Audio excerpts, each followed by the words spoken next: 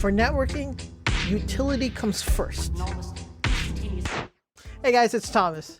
So I've been in network technician jobs or like network laying jobs for a little bit, and I really enjoy it. It's fun. I love doing it. But the thing is, I get recommended a lot of networking stuff. A lot of what I see is the best of the best. The kind of stuff that they teach you to do, like making sure everything's really nice looking and clean and labeled and all that stuff. Even the home networking stuff. Now, I think that's an unfair standard for most people to do, especially in the home, because most people, A, don't have an interest in it, and B, don't have the time to do it.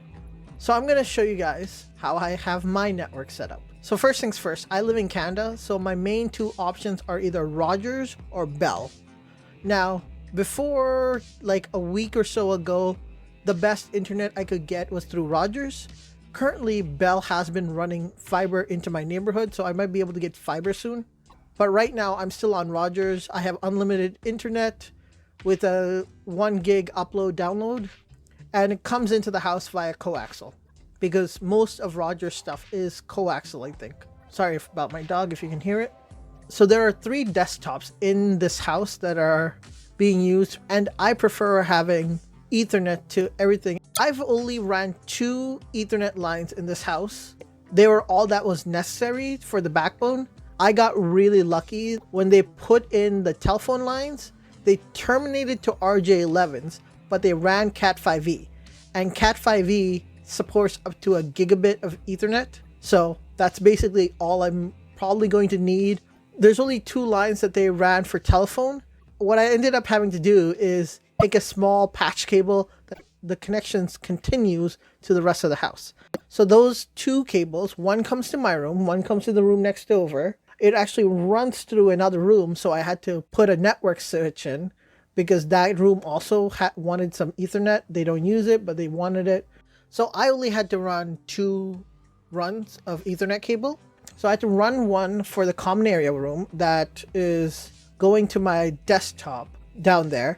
It also switches into our TV, so the TV has Ethernet. It's a smart TV, so it needs it. I have a video on that computer / desktop thing up there. The other one actually goes to the basement. There's another desktop there. That one I had to run myself, but I also got really lucky because that one was a straight vent through the basement that I could just drill a hole. It was really convenient. Most people won't be able to do what I did. A lot of people can't even drill into walls and stuff.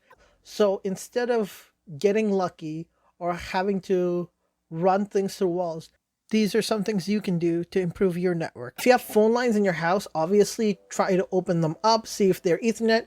If they're not, you're pretty much out of luck. You can't really do much with them. I think there might be a way you can get some internet connection through them. I think through like some DSL stuff. I'm not 100% sure, and I don't think it would be very fast at all.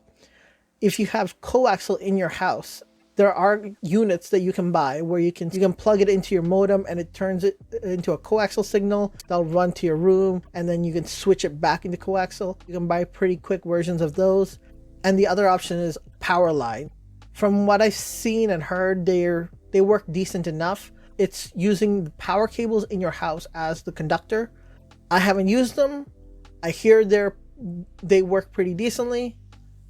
I would tentatively recommend them, but I'm not 100% on them. Other than that, most people use Wi-Fi.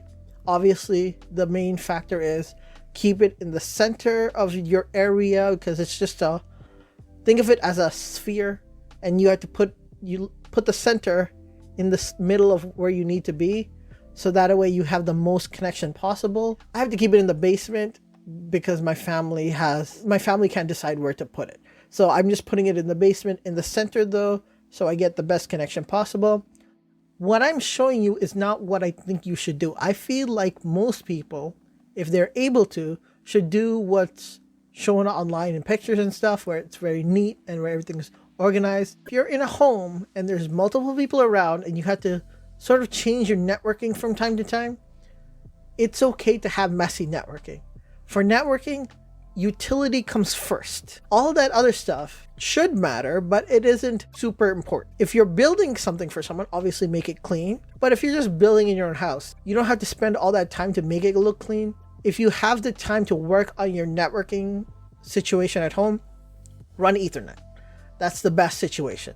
And then I would work on getting better Wi-Fi access, more access points, that kind of stuff.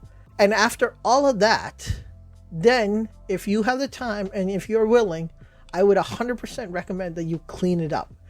Because every time I have to go work on the network, I feel a little bad that it's messy. It's messy, but it's fast. All right, thank you very much. This has been my TED Talk. And guys, if you could leave a comment below. I'm not really good at making videos, and I'm not 100% sure about what kind of videos I should make. If you guys could recommend ideas for me, I would really appreciate it. Thank you so much. Zippy! No barking, buddy. I love you. No barking.